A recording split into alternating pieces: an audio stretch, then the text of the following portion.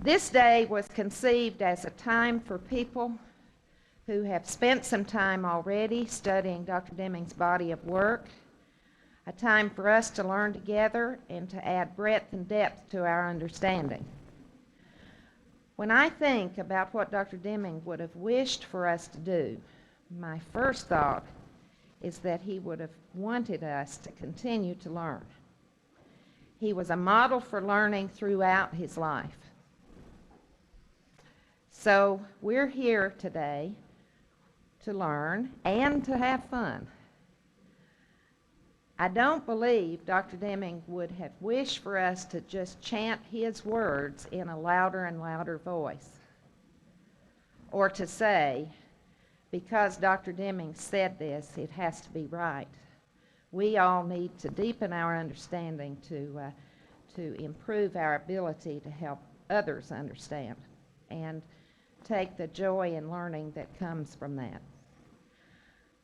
I believe that he would have wished for us to engage in respectful intellectual controversy. And I love controversy, but respectful intellectual controversy.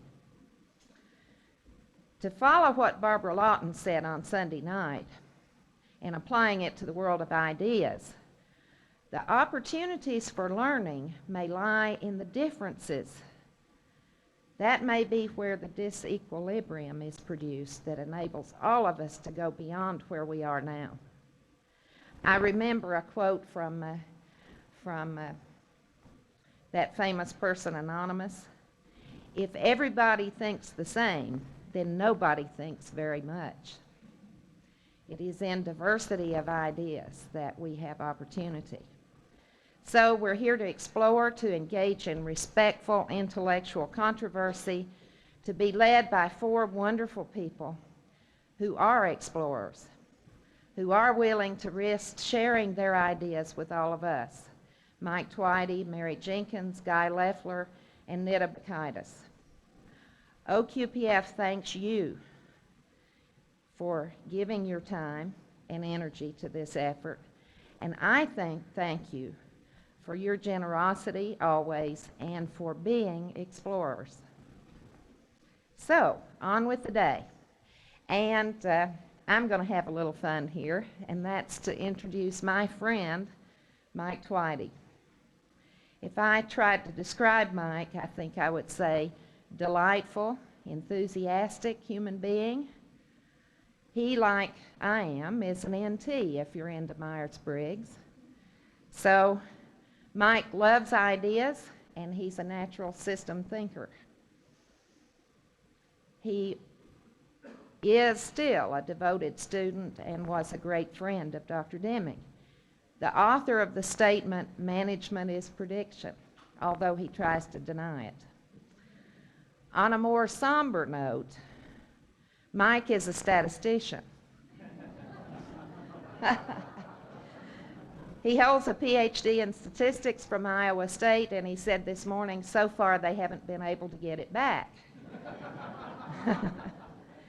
He works as a consultant to help individuals and organizations learn, use, and extend Dr. Deming's teachings.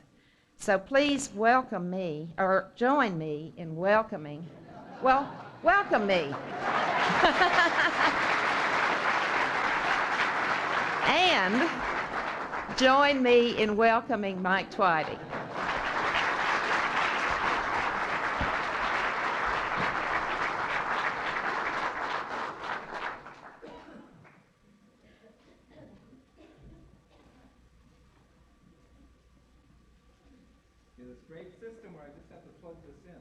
There we go. How many of you were at this third day last year? A lot of hands. All right, I'm going to take a little, doing a little aside for those of you who were here last year. Several people asked me, during the last year I sort of gave an introduction and talked a little bit about Dr. Deming and talked about my son who had been mowing our lawn. And my younger son who thought my older son should be paid extra for mowing the lawn, and my older son saying he did it because he wanted to do it, and he really didn't want me to pay him extra. And if it hadn't been for Dr. Deming, I might have leaped on my younger son's suggestion and said, that's a good idea. Well, several people have asked me, is my son mowing the lawn still? The answer is no. He did it a couple times early in the summer because we got a new mower and that was interesting, but it became mundane quickly and he chose not to do it anymore. So having said that, I've taken care of old business left over from last year. The title of this talk is Individual and Organizational Learning. I was asked to give this talk, I asked a number of months ago to give this talk and began a learning process because I'm not sure how much I knew or still know about this topic. And actually, I found myself, as I prepared for this talk, feeling a little, I'm searching for the right word, kind of impatient at having to stop and prepare this talk. You know, I didn't really want to interrupt. So what we have here is, I hope, we have a stream that's flowing, and what we have is we're stepping in at some point in the stream, and it's going to continue flowing, and yeah, we can talk maybe later about where I am in that journey and where you are in your journeys. So our outline for this talk is to say, there's a brief introduction here, and then we're going to do some definitional stuff. I told him it was really a nice thing that I couldn't go off the top of the screen, so the worst case would be that you'd have to read the ceiling. Some definition stuff, because I think there's a lot of that's required about learning. We're going to spend a little bit of time talking about individual learning, which was an interesting thing for me to sort of dig into and read about. But the one where I've gotten my greatest learning as I've started looking at this is organizational learning. My whole ideas about organizational learning have changed a lot as I've researched for this talk. And then the obligatory summary and conclusions at the end. And it doesn't look like very much material in your collections because it's copied on both sides. But as I prepared this material, I knew I had way too many overheads for an hour and 15 minutes, which is, well, or for this session. And we may end up skipping some slides, but I chose to make sure I'd included them because they have the references and they also have some of the bullet points that you can then refer back to if you're interested. So don't feel like I'm leaving too much out if I skip things. I intentionally put slides in there that had pieces in there that were beyond maybe some of the stuff I talked about. I expect I won't talk about every slide that's there. The last 2 pages are a set of references that I use, that I believe. I'm not sure if I refer to all of them. I did in the original stuff before I removed some of the slides. And now, I'm not sure I refer to all of them, but I think they're probably all potentially useful references, and some of them I'll highlight specifically. The other thing I'd ask you to do is, you have all the materials in front of you, but I would ask you, please, to bear with me and not turn ahead. I know how tempting that is. I'm one of those, turn ahead kind of people. But there are a few things, I'm going to build in some discussions in the middle, and I don't want you to see what I have to say about these things before you say some things about them. So that's what I'd ask you to do. That makes sense? Given what Gipsie just said, I ran into this. It's a statement from David Hume, a Scottish philosopher. It says, truth springs from arguments amongst friends, and I've got to tell you that as soon as I saw it, I thought of Gipsie. And in the best ways, I thought of Gipsie. And so I would hope that that's the spirit we bring to this exchange today. I hope that I provoke some things. I'm not sure that I agree with everything that's in some of the models I'm going to show you and some of those things. We need to examine those. And as Tom Nolan said 2 days ago, we've got to think about and, not or. Let's try to figure out how we can include these things and understand instead of say it's this or that.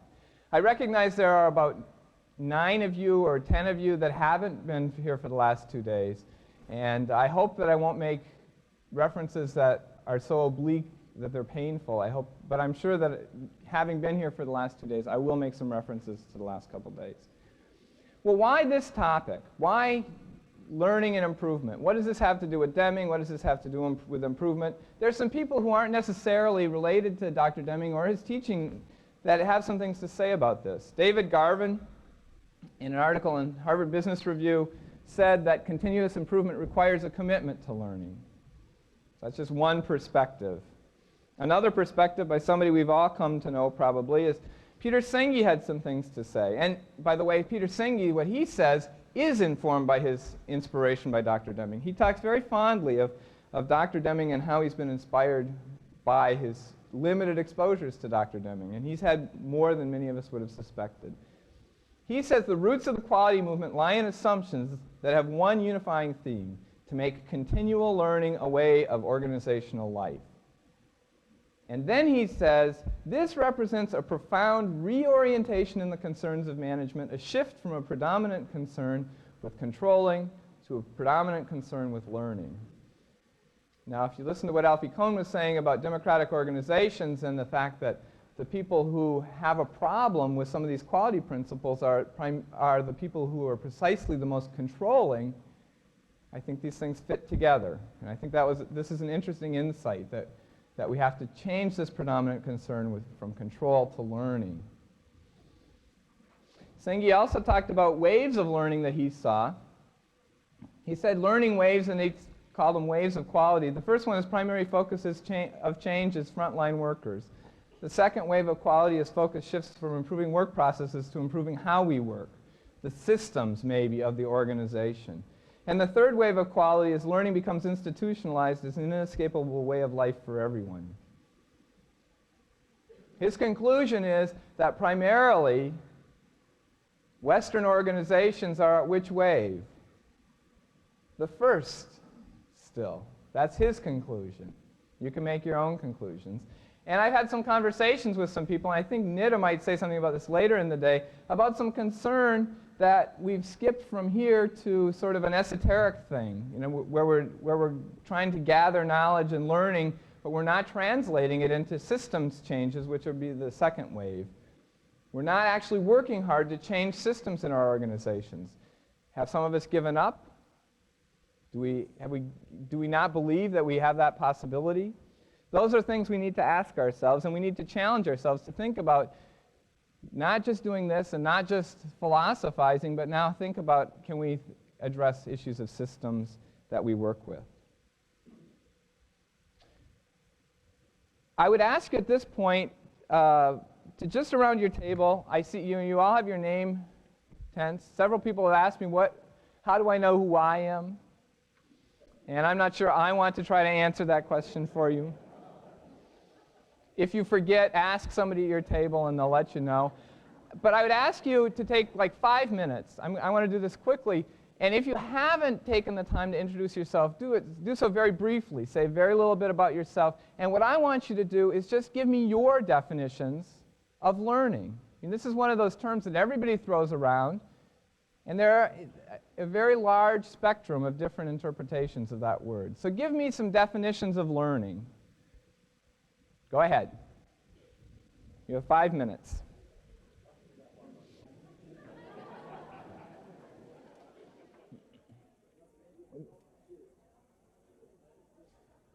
Okay. I know you could spend the whole hour talking about this, but we have to move on. Well, I have to move on. I guess I'll just leave you where you are, and I'll just keep going then. It'll go much faster that way. So what kind of stuff did you come up with? I want to do this really quickly, so I'm giving you a temporary exemption from the go to the mic on the aisle rule. So just yell it out, and I'll repeat them. Okay? But this doesn't mean that next time you can do this. I asked Gipsie if after her instructions, if I could say that you could just yell them out, and she said, as long as it's not a precedent. So this is an exception, okay? So anybody want to yell out a definition of learning that you had on your table?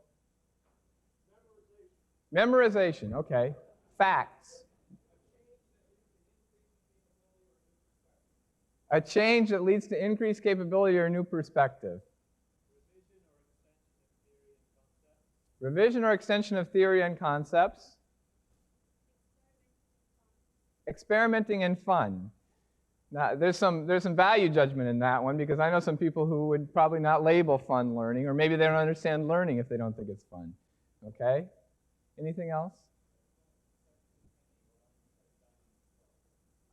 I'm sorry. A penny drops, oh, so something clicks?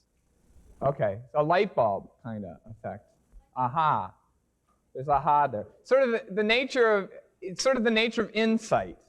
Okay, and there are all these definitions of learning, and I don't want to say one's right or one's wrong. They're just different.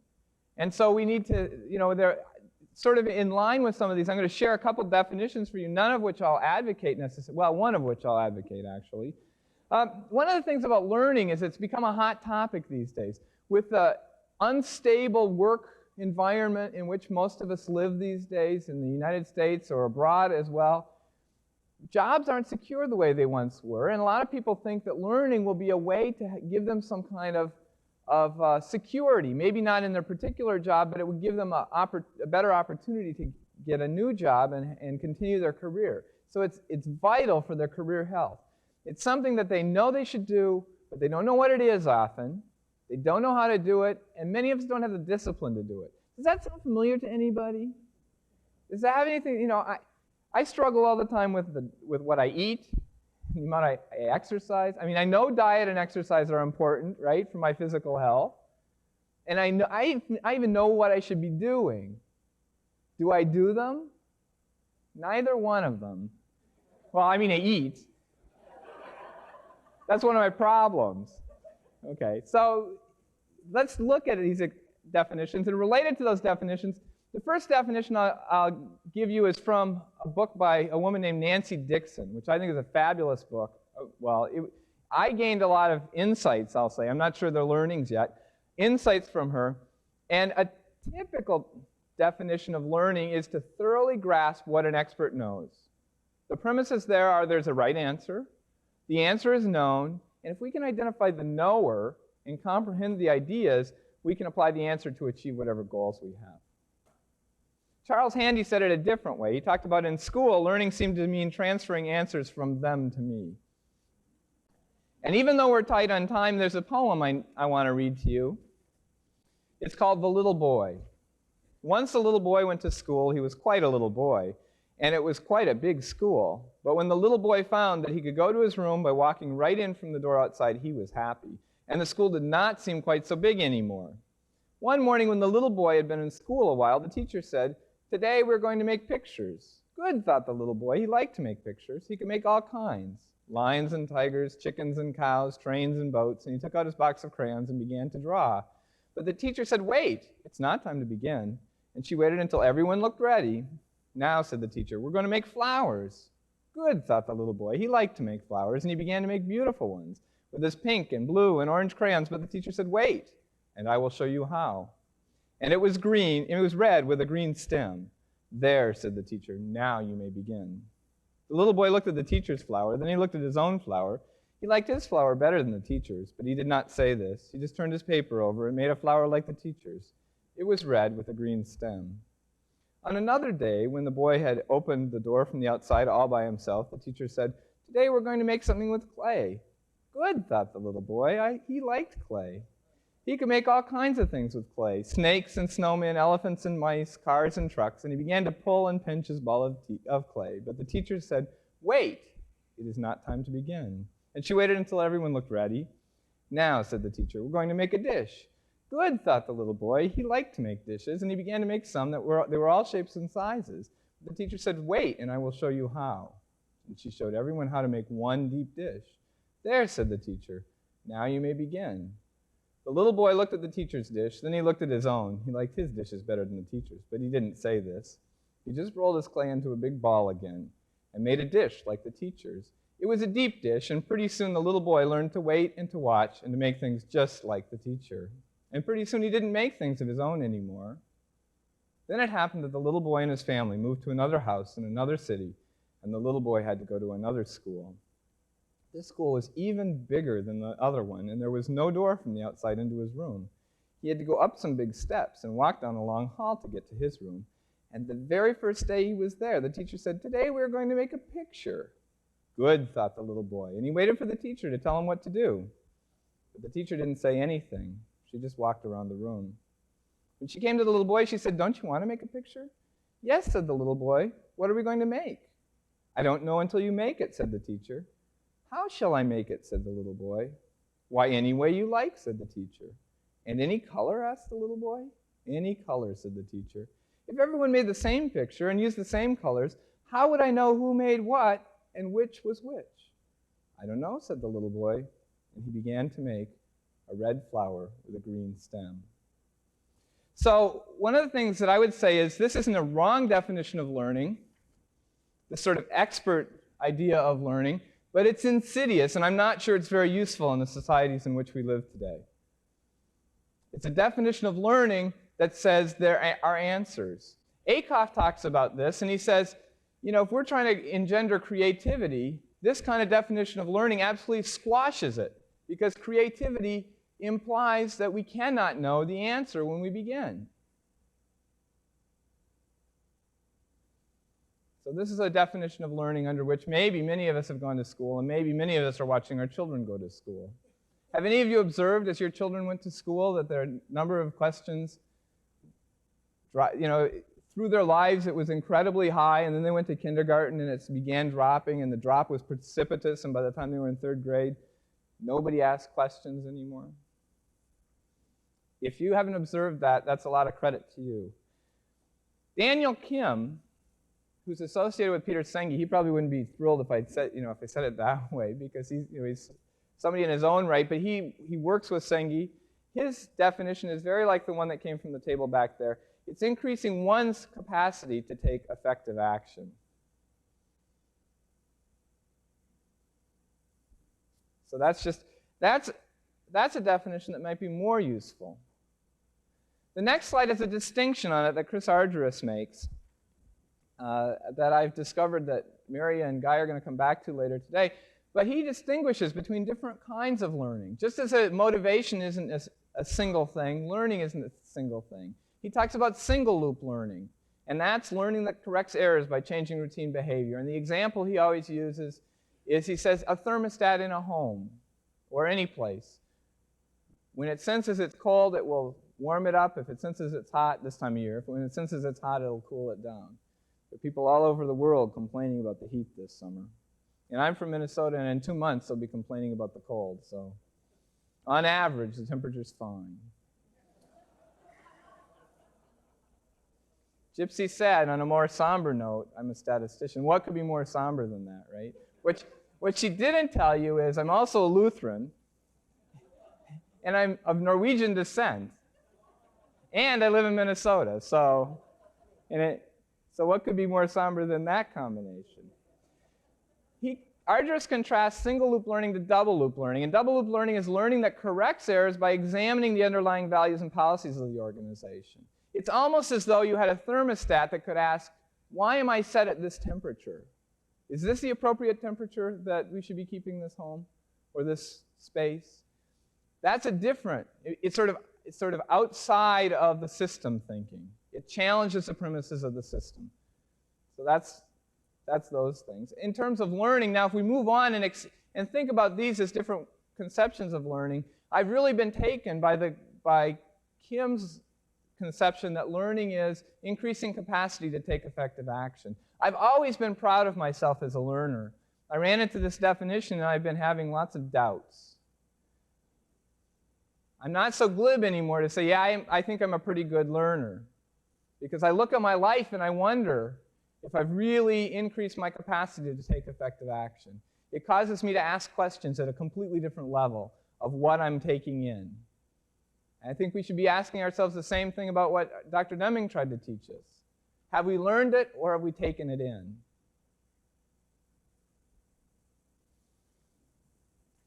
Well, I couldn't do this talk without putting this slide up. And I'm not going to say anything about it because you've seen it a lot. And if you haven't, you should talk to somebody around your table at break or something who has. This is a model Dr. Deming had for how we might learn. And another slide, it's really interesting. You discover things at different levels. I actually shared this slide in a talk I gave in 1991 from a book called The Age of Unreason by Charles Handy. And I thought it was a nice little book in 1991. And as I've been doing my research, I've been reading it again, and I think it's a fabulous little book now. he has learning as a wheel, starting with question, going to theory, test, and reflection. A lot like plan, do, study, act. Although the plan is sort of here. So he says there's a question that precedes the formation of theory. And a quote he has is that the wheel starts with a question. If it doesn't start there, and if it's not our question, we'll not push the wheel around to the final stage of reflection. He points out that for a lot of people, the wheel never gets started because they don't have any questions. And he talks about barriers that can occur at each of the steps along the way. It's hard to make this wheel work. It looks very simple, right? Question, theory, test, reflection. Sounds easy, but there are lots of things that can stop the wheel from turning. Fortunately, he talks about some lubricants that can keep the wheel moving, and I'd encourage you to take a look at that. When I saw this, actually I'd seen this other thing first, but this is really illustrated for me by a comic strip that I saw in July. One of my favorite comics is I think I pushed the button, Calvin and Hobbes. This appeared in my newspaper in July, and many of you probably get that. Calvin and Hobbes says, "Look, a snake." Calvin says, "A big one. Do you think it's poisonous?" Beats me. "How can you tell?" Hobbes is great. "Well, if it bites you and you die, it's poisonous." Har har. He says, "Look how it glides along. It's almost like a liquid." I'll zoom out a little bit here. "I wonder how they do that." And then they're just observing more. He's flicking his tongue out. I think that's how they smell, but why would they smell with their tongue? Do snakes have eyelids? Do they sleep with their eyes open? I mean, a few questions were asked, and now the gates are open, right? And they come flooding out. Do snakes eat mice? How could a snake swallow something bigger than its own head? Heck, we don't know anything about snakes.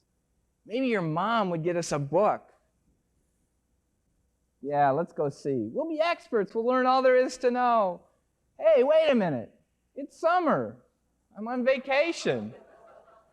I don't want to learn anything. So not only have we defined learning in certain ways, we've compartmentalized it. Hobbes comes to save the day. He says, if nobody makes you do it, it counts as fun. You really think so?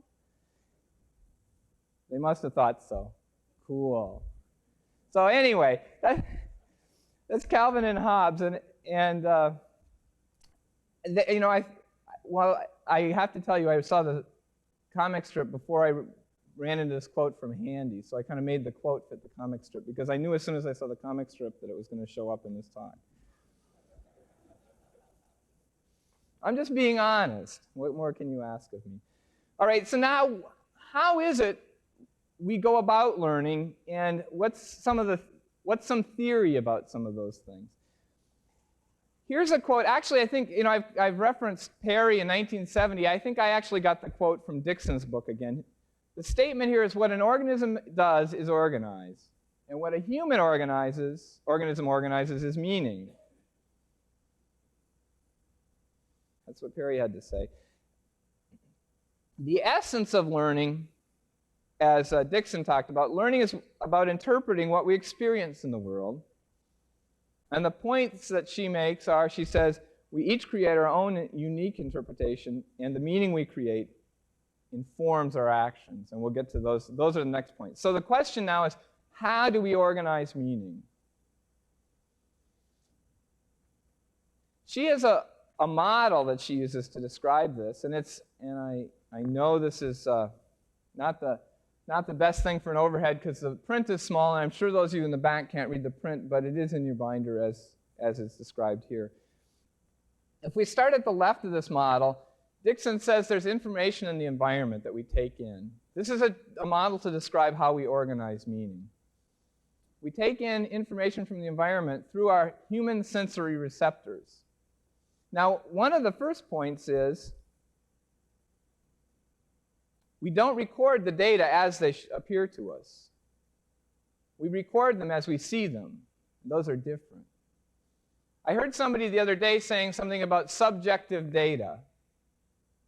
The definition of data that I use is observation recorded.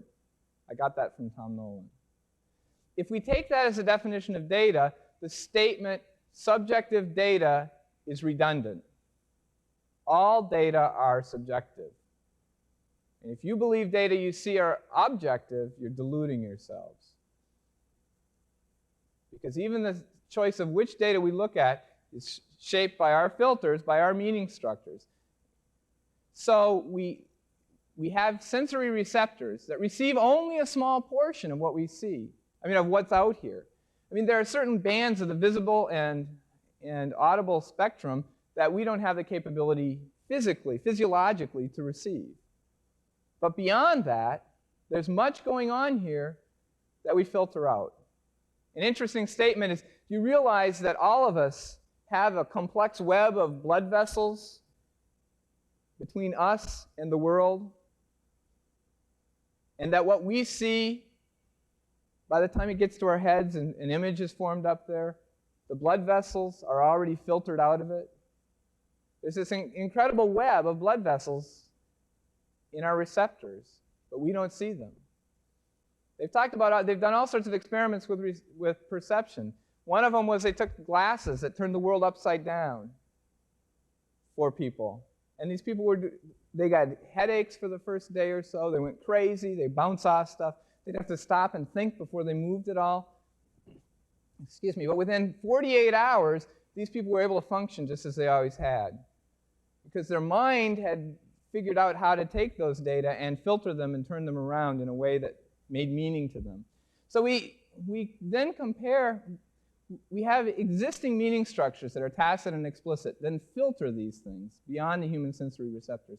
Now, the human sensory receptors and these meaning structures, they don't receive all the data that are out in the environment. And some of what gets through is stuff that never was there in the first place. Deming used to say, you know what you told them, you don't know what they've heard. And inside, they say, she talks about the working memory, which is what a lot of people call short-term memory. She likes to use the term working memory. And what that is where we then begin assimilating the data that once gets into our brains and comparing it to existing meaning structures. And if it fits, we just fit it right in. And if it doesn't, we react in one of several ways.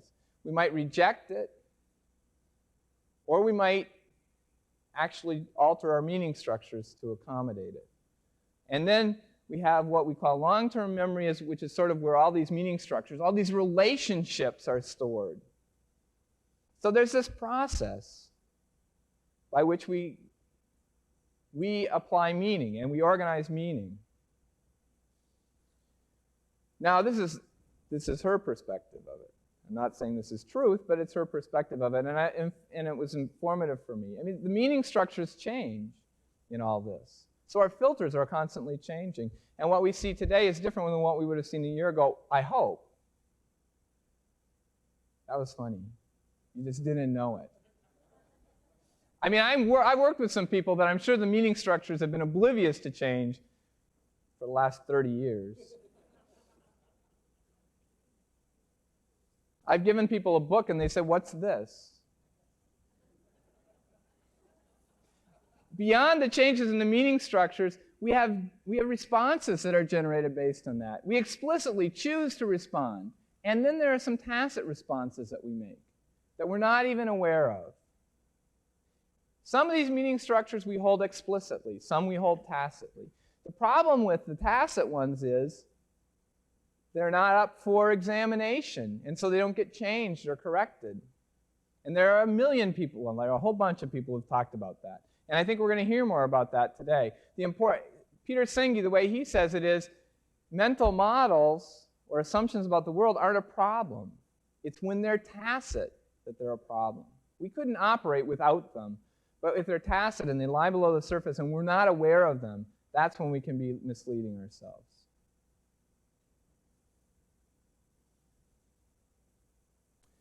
If you think about this, learning can come from observed difference. The real learning comes when we're revising and updating our meaning structures. It comes from difference, as has been said several times in the last couple days. And one of the things as human beings is that we as a society, I mean, as individuals, we are conditioned. What differences do we see? Sudden differences. We are creatures that are physiologically still running from saber-toothed tigers. We were well adapted for those kind of changes. We'd see differences and we would run. The kind of differences we're seeing in our environment today, differences that we have made, are subtle, and they're slow enough that we don't observe them. They aren't received as differences. Things like, environmental destruction and, other things, changes in organizations. I was at a play a few weeks ago, and I'm sorry I forgot the author's name when I was putting this together and didn't have a reference with me at that point. But the quote at the end just before the intermission was, "Woe to him who is more afraid of change than disaster, for how then can he avert disaster?" And that, I had a hard time getting up to race out and get my cup of coffee at the intermission before everybody else got out there. But I did it. So, woe be to him who is more afraid of change than disaster, for how then can he avert disaster? I need to tell you a little bit, I feel the need to tell you a little bit about this play. It was a very strange play, I thought, but it was wonderful.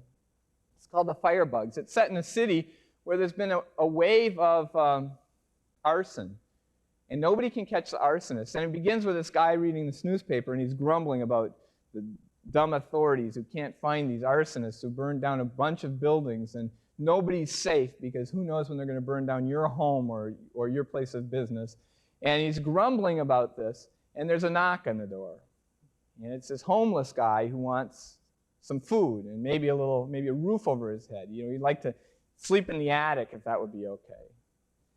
And the main character, whose name is Biederman's first reaction is, "Send him away." Well, he sort of muscles his way past the servant and says, "Mr. Biederman, he knows his name. He says, 'Mr. Biederman, please, I know you're so kind, and I heard you speak at this rally last night against all these firebugs and all this stuff.'" And the guy is enormous. He's a big wrestler, and Biederman's a little intimidated, and this guy weasels his way into Biederman's house. And Biederman, from the very beginning, has an inkling that this guy might be one of the firebugs, because there's just something about him. He's sort of the way he's talking and stuff like that. Well, he weasels his way into the house, and he's staying in the house, and pretty soon he's got a friend staying with him in the attic. And the data begin accumulating that these guys are in fact the firebugs.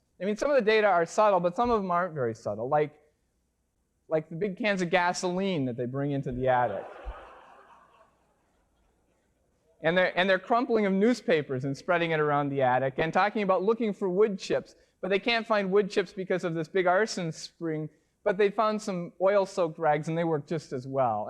And all this is taking place in front of Biederman, and he had data, and he gathers more and more data, which gradually makes it inevitable. It makes it certain that these people are the firebugs. But at what point are the data compelling enough for him to take action?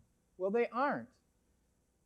Because he gets in deeper and deeper, and he feels intimidated by these people, and he's worried about this. And his last hope is he has a big goose dinner, and he invites them down for the goose dinner, hoping that maybe if they realize what a good friend he is of them, they won't burn his home down. And at the end of the dinner, they actually say, "Would you give us some matches?" And he does it because he's saying to himself, he's convinced himself that these guys aren't the firebugs, or he hasn't convinced himself. He knows they are, but he refuses to admit it to himself. And he actually gives them the matches. And his reason for having the dinner was so that he feels if he could establish the relationship and a human connection, they won't burn his home down.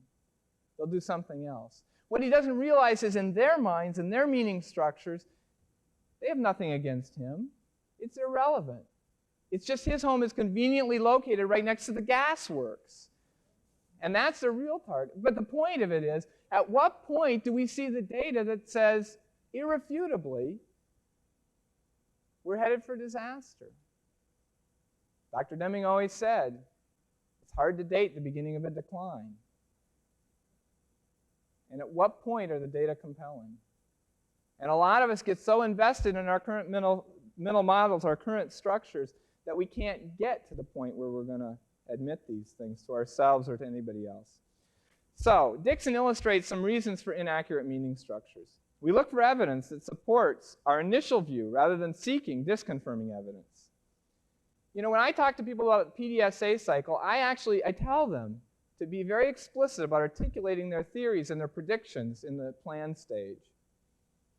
And some people say to me, and when they're going to plan when they're planning their test, to actually predict the outcomes numerically if there's numerical outcomes. And they say, but won't that bias the test if we put those things out there? And my statement is it's more likely to bias the test if you aren't explicit with them, because they're there. Those assumptions, those beliefs, those predictions are there whether you admit them or not. We generalize from small samples or single cases. We give greater weight to more recent events. I mean, these are just a few things that cause us to have inaccurate meaning structures. We often hold tacit meaning structures that are in conflict with our espoused ones. We say one thing and we do another. Dixon says meaning structures influence our actions. Actions are mediated by our meaning structures, and if we want to impact the actions, we need to help meaning structures change through either providing new experiences or helping reframe existing experiences. Give people a different way of looking at data. I believe that a system of profound knowledge is an incredibly powerful reframing of the world that we live in.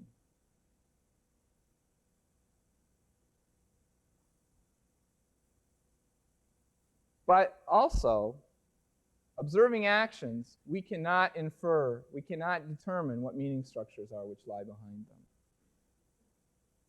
There are lots of different meaning structures that could lead to the same actions. So if we observe somebody's actions, let's not apply our meaning structures or our mental models and leap to the assumption of what was driving somebody to do what they did. In the fifth discipline field book, they talk a lot about the ladder of inference. We observe one thing and we leap to some conclusion which may be 5 steps away, but we're not explicit about the connections. And that's, we need to be careful of that. We observe actions, we can't necessarily determine what the meaning structures are which drove them. So now I want to send you back to your groups and have you ask a few questions of yourselves. I'm not sure how informative these questions are. I would say if you don't like these questions, think of your own.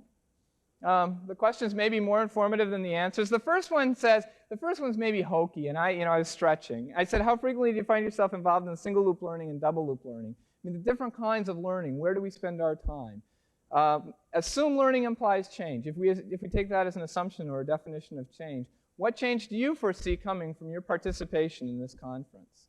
By the way, these really aren't questions for the next 5 minutes. They're questions for you to debate and ponder more deeply and later. The ones I would like you to focus on, and the only ones I'll ask about debriefing, is what does the term learning organization mean to you? Because this is what I've said what I'm going to say about individual learning, and we want to talk now about learning organizations, or organizational learning, if they're different things. And how do you see the learning of individuals related to learning organizations? And I put those things in quotes intentionally. So please spend 5 minutes again, and we'll debrief this when we get at the end of 5 minutes. So think about one or more of those questions and then quickly converse at your table, and then in 5 minutes we'll talk about this as a whole group.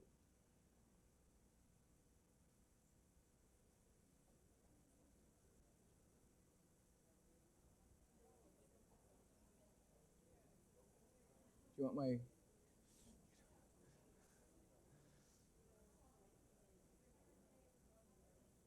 learning organization mean to you? Nothing is an acceptable answer. A capability for effective action. That sounds a lot like one of the definitions of individual learning, okay? Capability for effective action was what Ian said as far as a definition of what learning organization might mean. Anybody else? Any other definitions of what learning organization might mean? Go ahead. Synergy of the people exceeds the sum of the parts. So learning of organizations is not necessarily just the sum of the learning of the individuals. In fact, in many organizations, the learning of the organization is much less than the sum of the parts. But, okay, go ahead. An open system. For the people who aren't familiar with what the implications of that for learning means, what does that mean?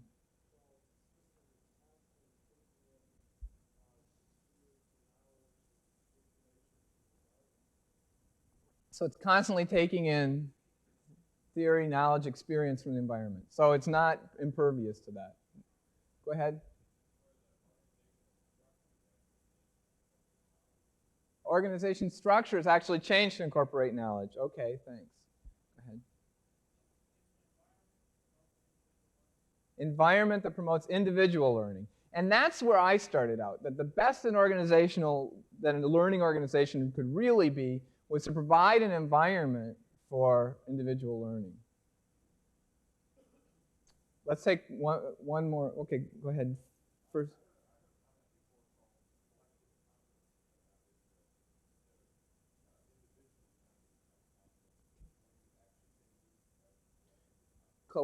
Collective competence as opposed to individual competence.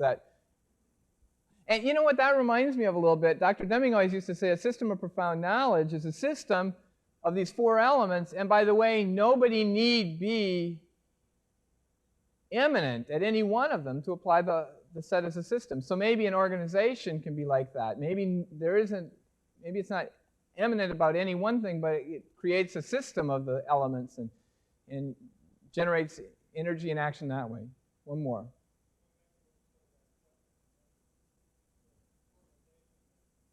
Individual learning is dependent on the collective. In other words, organizations can be such that they stifle the learning of individuals. So the collective has something to say about individuals and their learning. Collective learning is dependent upon the individual. So what's the interaction here? How do these things interact? And as I struggle with this, Handy said something about learning organizations in his book. He said, the learning organization can mean one of two things. It could mean an organization which learns or an organization which encourages learning in its people. He makes a distinction and says it should be both. Actually, the reason I used this slide and I skipped over it too quickly, I struggled with what does it mean to have organizational learning or a learning organization. And I believe Dr. Deming struggled a lot with that question. I think that he challenged what can an organization be that it can learn? How can an entity as an organization learn? So I think he struggled with that, and I have as well. And it's also a question asked by Argyris and Schoen, and I'm not sure which, but that's a slide I'm just going to go over because you can read it. But what they ask basically, the end of that quote is, what is an organization that it can learn? Actually, there are two sources, and one said may and one said can, and I think can is the one that I would choose. But they say a group of people becomes an organization when the individuals which comprise it develop procedures for making decisions in the name of the collective, delegating to individuals authority to act for the collective, and setting boundaries between the collective and the rest of the world. So they define an organization that way, and they say if you look at an organization as that kind of entity, then we can think about maybe what it would mean for this kind of a thing to learn. And that also is dependent on what our definition of learning is. So this decisions, ability to make decisions, authority to act, and boundaries. Well, Senge gives a definition of a learning organization. Notice that's different than organizational learning. He says the definition is an organization that is continually expanding its capacity to create its future. And then he says, there's no such thing. He didn't say so in the fifth discipline. But after it sold several million copies, I think he felt confident that he could say there's no such thing really as a learning organization. I actually have that in a couple of his papers. He says there's really no such thing. It's an aspiration. It's not a thing. It's not a place to be. It's a place to continually strive for.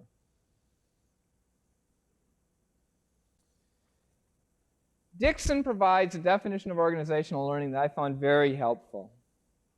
She says it implies the intentional use of learning processes at the individual, group, and system level to continuously transform the organization in a direction that is increasingly satisfying to its stakeholders.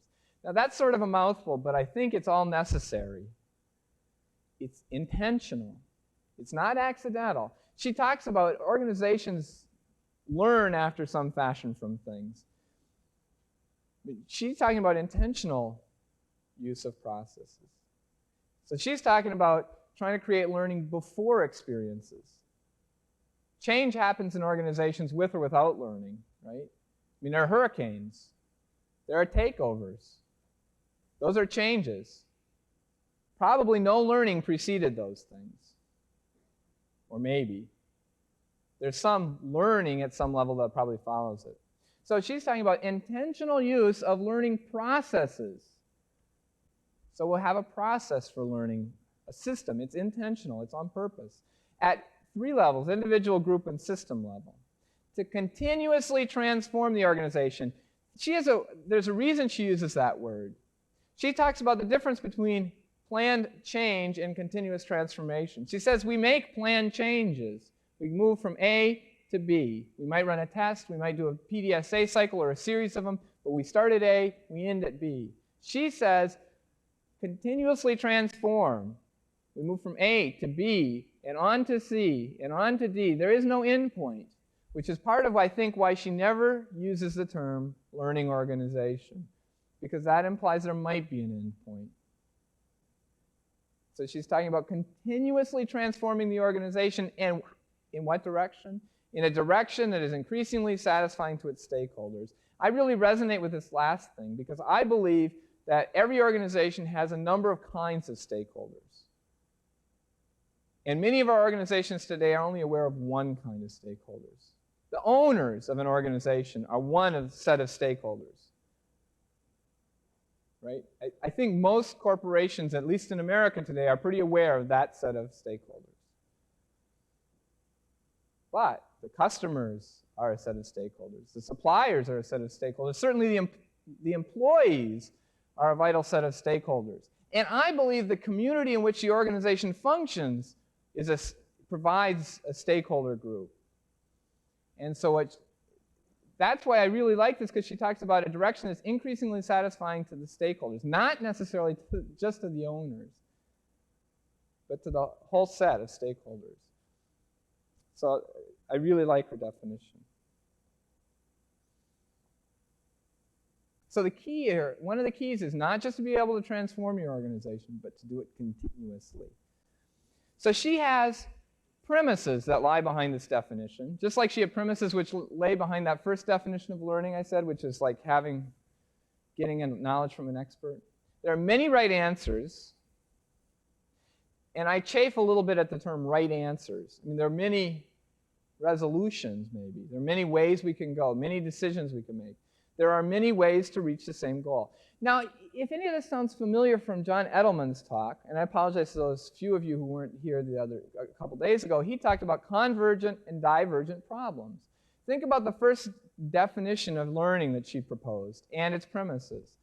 There is a solution, there's an expert or experts that know that solution, and if we can find the experts and come up and get the information from them, we can apply the solution and it will be solved. That sounds a lot like John's definition of a convergent problem. And if you look at these premises, there are many ways, many choices. There's not a right answer. There are many directions we can go, each of which might be effective at dealing with this problem. People who are concerned about and affected by the problem are capable of developing useful knowledge to resolve it. This begins going back to some of what Sengi said about the implications for reorienting management. And learning occurs in a context of work and praxis and results from intentional effort, not accidental effort. So we've got to go back and forth from theory to practice, and we're being very intentional about it. And it's not a right answer kind of thing. It's a building of knowledge thing, which I think relates very well to a talk Tom Nolan gave on the first day of the 2-day conference. See, next year, you'll go to the first 2 days as well, won't you? Sorry, I'm not trying to be, nasty about it or anything. Okay, so those are the premises she has behind what she talks about as organizational learning. Michael, can I ask a question? Okay, just a minute. Okay, the mic's on.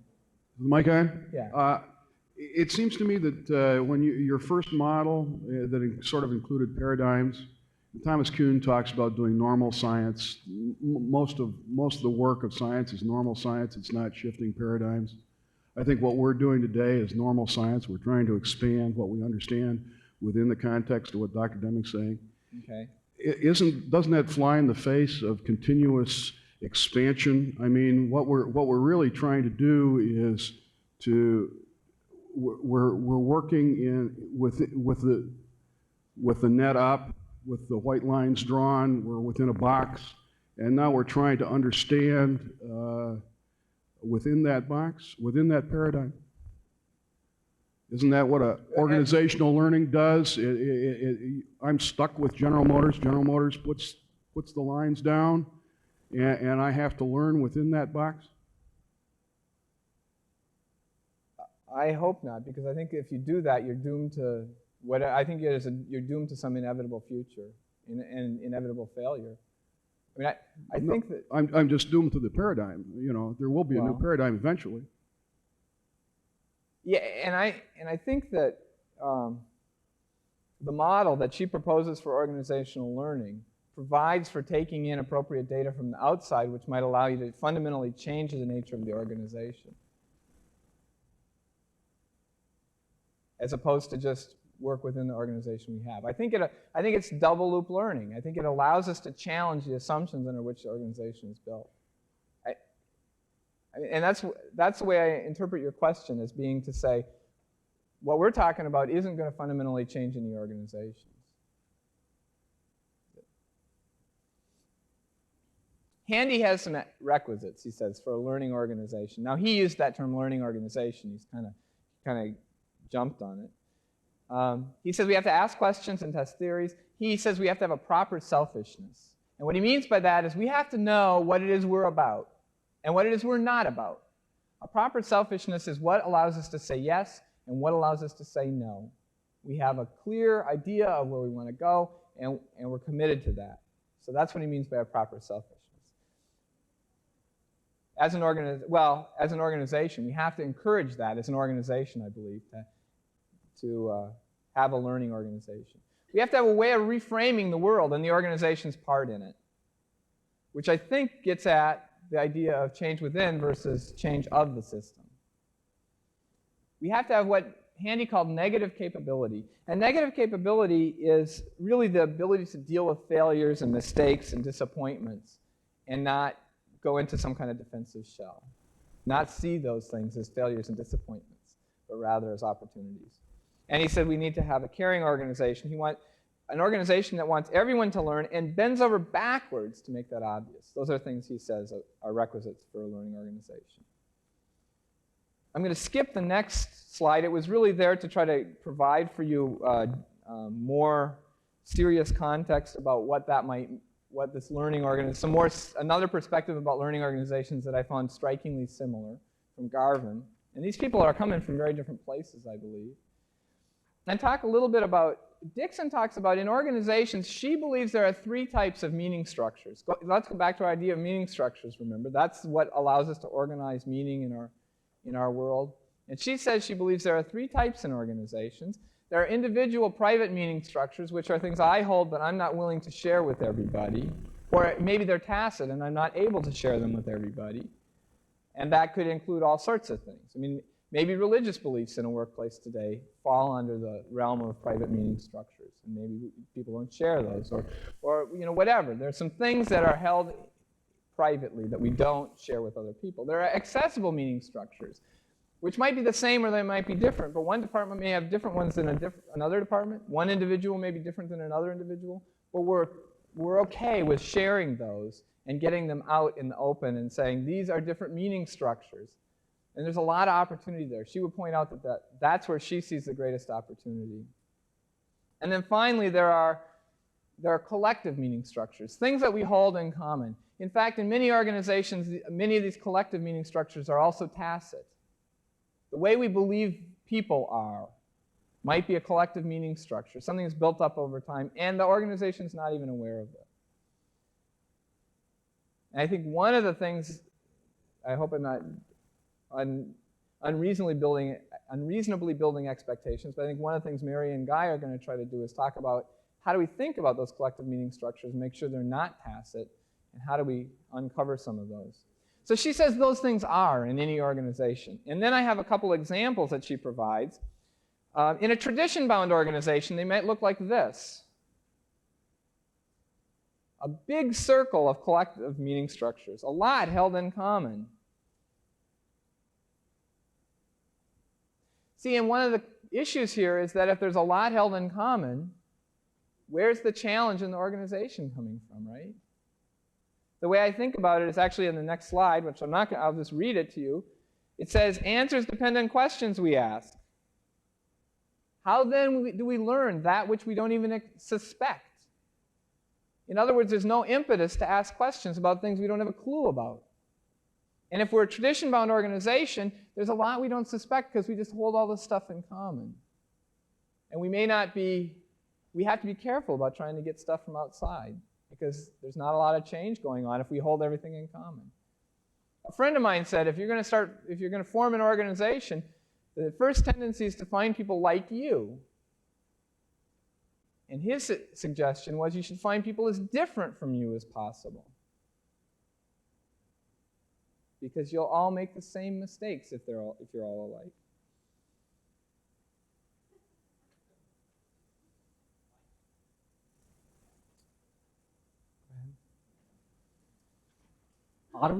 Mike, are we talking about here in relation to what some people call as formal, informal, and intangible systems? Are we focusing more on the formal learning organization? There could be an informal learning and intangible learning in organizations. I don't know. I'm not sure if that's the same distinction. You talk about formal, informal, and intangible. I'm not sure that there's a direct correlation between that and privately held, accessible, and corporate meaning structures. I don't think that's probably the same thing. I think that there's probably more a relationship with the tacit and explicit there. So I think that those are two different dimensions, each of which might be useful.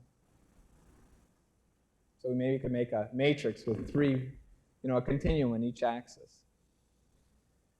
Another example she gives is that a meaning structures in an organization of independent workers maybe doesn't have very many collective meaning structures, and there's a ton that's private. These are just sort of extremes. And what she says is she provides a model for organizational learning, an organizational learning cycle, and she intentionally draws it in the accessible meaning structures, because she says that's where organizational learning takes place.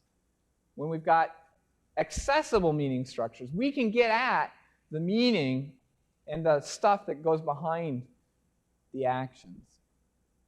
And her model says it requires widespread generation of information, integration of new and local information into the organization, collective interpretation of information, and then an authority to take responsible action based on the interpreted meaning. Now, this is actually quite a bit like, there's a strong correlation anyway to the elements that Handy outlines as prerequisites to having a learning organization. She's explicit about what does this model look like. So I want to say a little bit more about each of these pieces, and then I'm going to let you, I'll tell you the exercise at the end is to say, I want you to spend a couple minutes taking one of these four elements and assess your organization with respect to that one element. How do you think you're doing as an organization with respect to that one element? And then share that a little bit. So, under widespread generation of information, you could come up with your own bullets here, but what she means, and I don't think, as far as I know, I didn't find any references to Deming in her work. So, I think that she's coming to what I believe is a very similar point to Dr. Deming with respect to a lot of things, not all of it probably, from a very different perspective. The one thing I find unique about Deming is I don't find anybody else talking about variation. Maybe it's because it's so sobering. I don't know. There are two pieces to this. There's external data that we get, and there's internal development of new ideas. Now, one of the things, when she says widespread, she doesn't mean far. What she means is widespread throughout the organization. She says everybody in the organization should be involved in this activity. So externally, what this means is it should be collected by primary users, collected from a number of sources, collected continuously, or continually maybe, over and over. I don't know. Maybe it's a petty distinction at this point. Internal development of new ideas created by experiment, which is somebody said about organizational learning, a lot of experimentation. Data collection designed into action. Wow, that's a big change, huh? And that also fits with what Nolan said on Monday about a lot of times we don't do PDSA. You know, I found that a lot of times people plan very carefully, but they don't gather the data. Because you know what I believe? I believe in lots of organizations, they don't want to know if it's not going to work. Because there's lots of negative implications for that. And if you can just say, well, let's do it, it's, you know, we all agree it's a good idea, right? You know, it's a good idea. So let's do it, and then let's not gather the data. I mean, that really hit me one day when I was talking to some educators, some high school teachers who were concerned about absenteeism and tardiness in their school.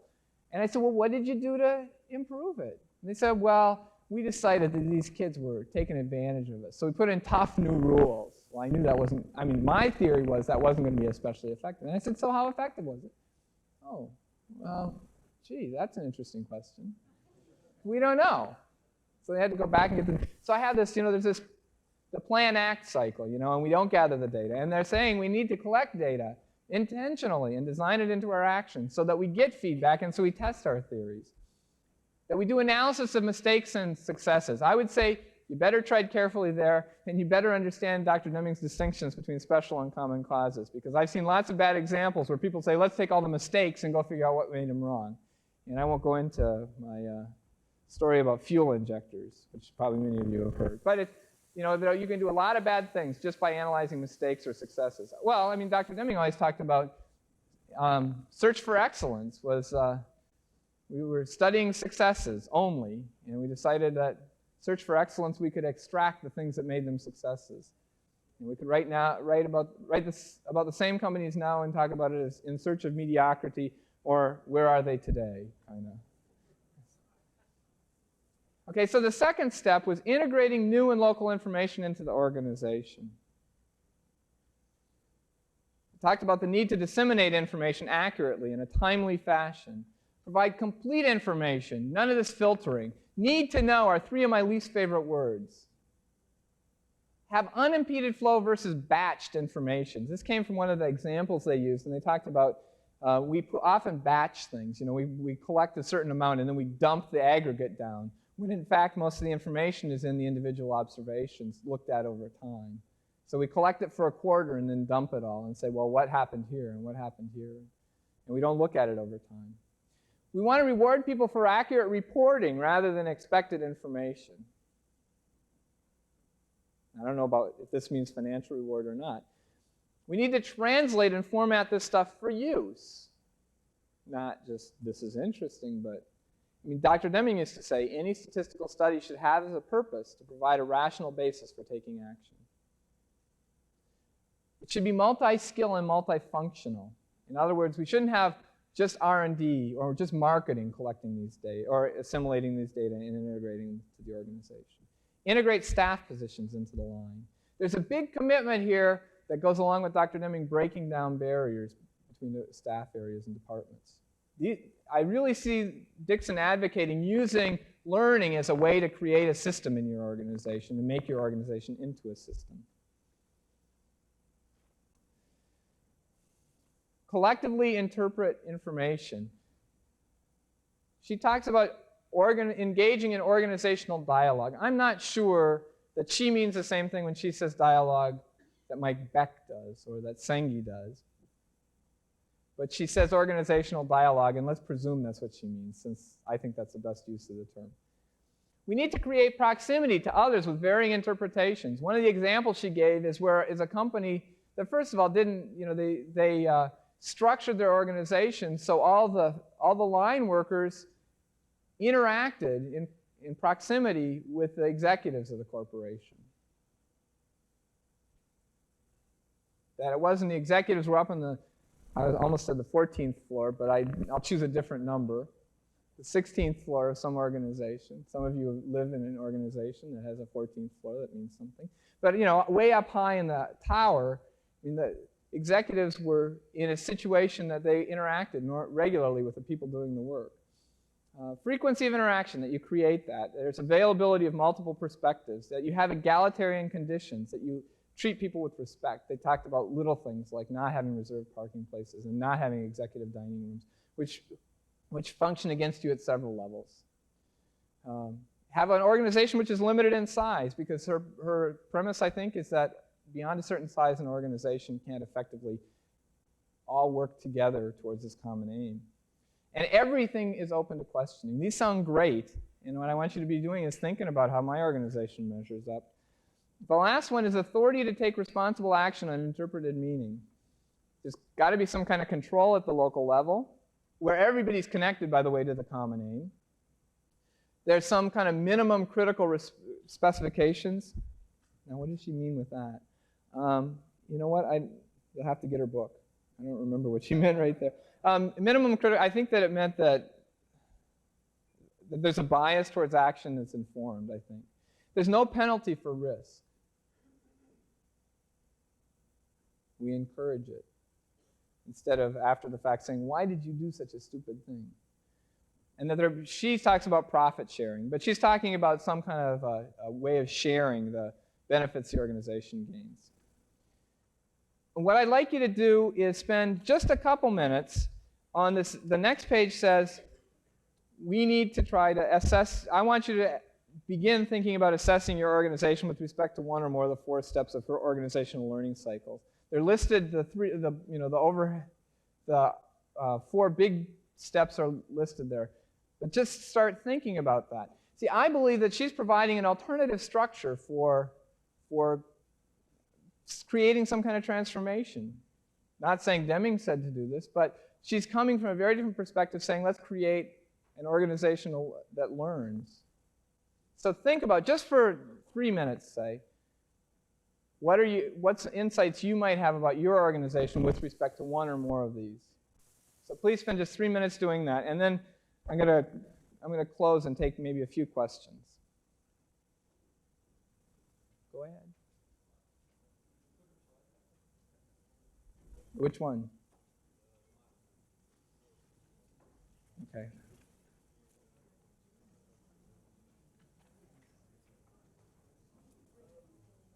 That one.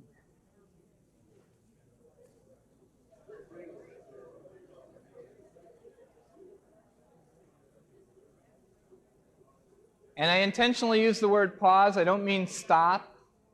Because what I would like, if I could say there's something I would like you to do to take action as you leave here, is to begin testing that model that she proposes and to say, how does my organization fit with that? And where might we be and what might we think about doing? So I want to just close with a couple things.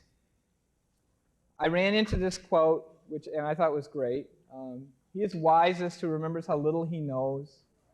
That really what we need to do, it became more relevant on Sunday night. I was trying to decide which one of the talks I was going to go to on Sunday night. I decided, I've known Nita and Barbara both for years, and they're 2 of my favorite people, and I could learn a lot listening to either one of them. I chose, basically via a flip of a coin, I wasn't ranking, but I chose to go to Nita's talk. And somebody asked me which one I was going to go to, and I said, I'm going to go in to Nita's talk. I know one of them had been billed for beginners, and one had been billed as an advanced talk. But I knew that I could learn a lot from either one, and I just chose to go to Nita's talk. And the person looked at me with horror and said, that's a talk for beginners. And I said to this person, I said, don't forget that we're all beginners. Now, some of us might be in up to our ankles, and some of us might be in over our heads, I don't know. But most, no matter how far along we are, we've just scratched the surface. So, I would say, don't be smug about this distinction between beginners and advanced people. In fact, I will almost always take the beginner's route, because often the beginner's route is at the level of the theory that I need to be using as a touchstone. But anyway, he is wisest who remembers how little he knows. The quote I heard from Dr. Deming all the time, which he attributed to somebody else, and I don't even remember who right now, but he used to say, I'd rather know a little less than to know so much that isn't so. Thank you. And we have a few minutes for questions.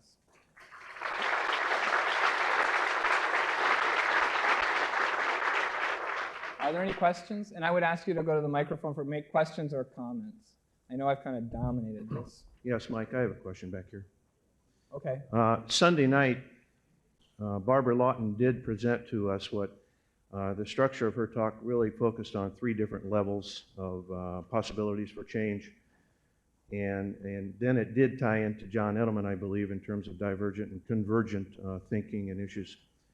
But she suggested that the most surface level would consist of individual attitudes and skills, and in the way we practice and the way we do business. The kind of intermediate level would be a rather systems approach.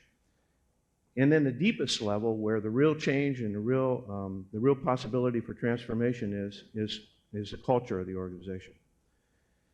In Dixon's model, it seems as though she focuses more on the systems level rather than the cultural level. I wonder if you could help clarify that for us. Well, I don't know if I can clarify it. Maybe I'll muddle it more. But my perspective would be that systems level and cultural level are not independent. That, I mean, if, for example, we change a performance appraisal system without changing the way people view people, it'll be a disaster. So I think we have to consider both those things together. And I think that they're all. I mean, I think those 3 things form a system, and they're not independent of one another. And I think that relates very closely to what Dixon said about. Oops, I lost it. But she was saying.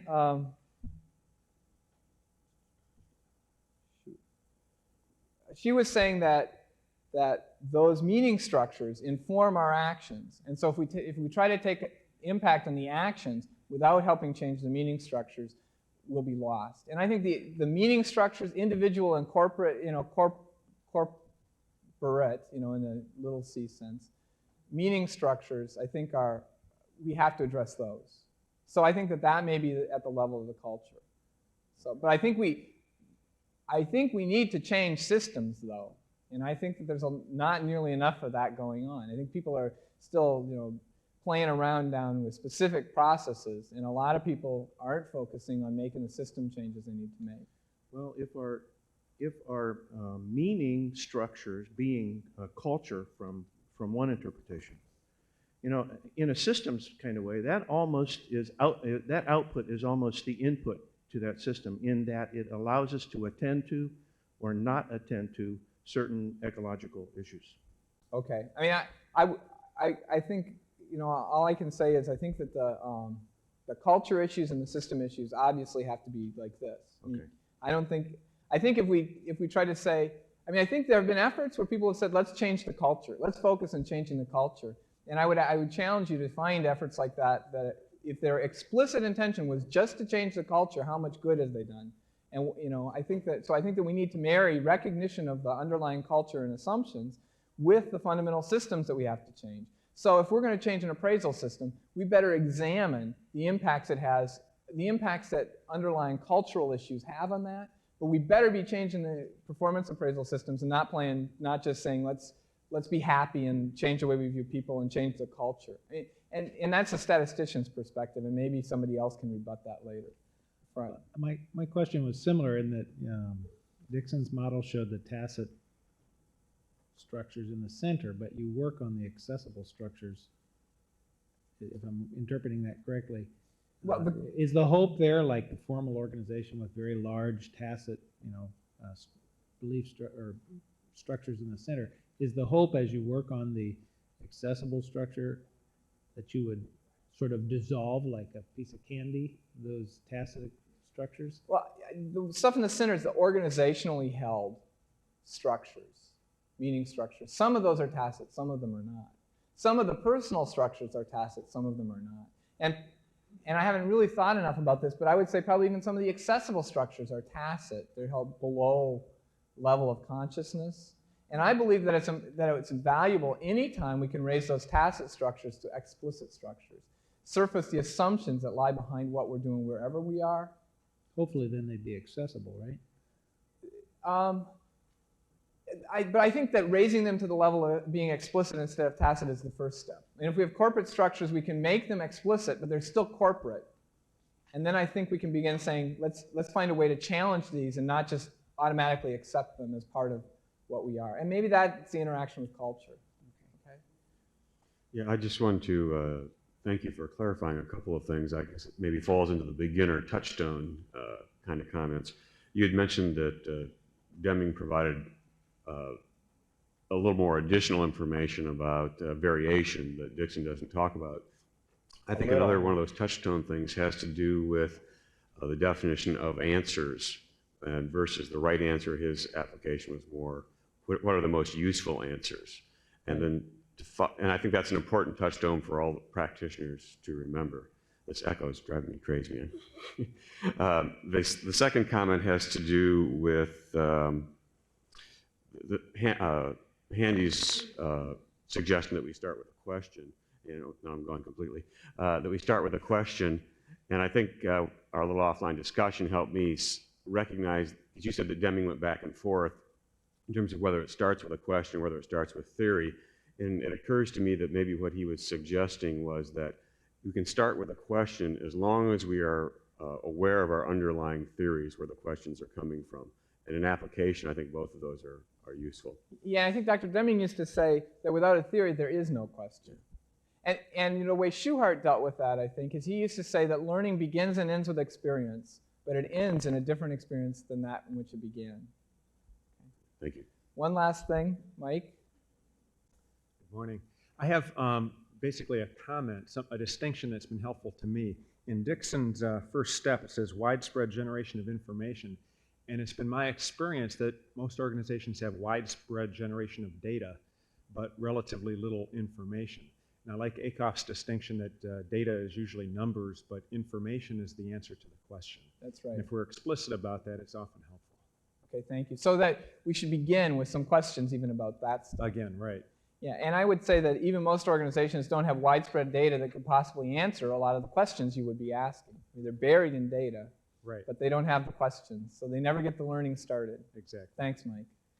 It's 10:18, and I've already taken a few of your minutes of your break, and I really apologize for that. I apologize for rushing through so much, and I didn't know where to cut, and I'm just in the beginning of this journey, and if you can help me and help yourself, that would be great.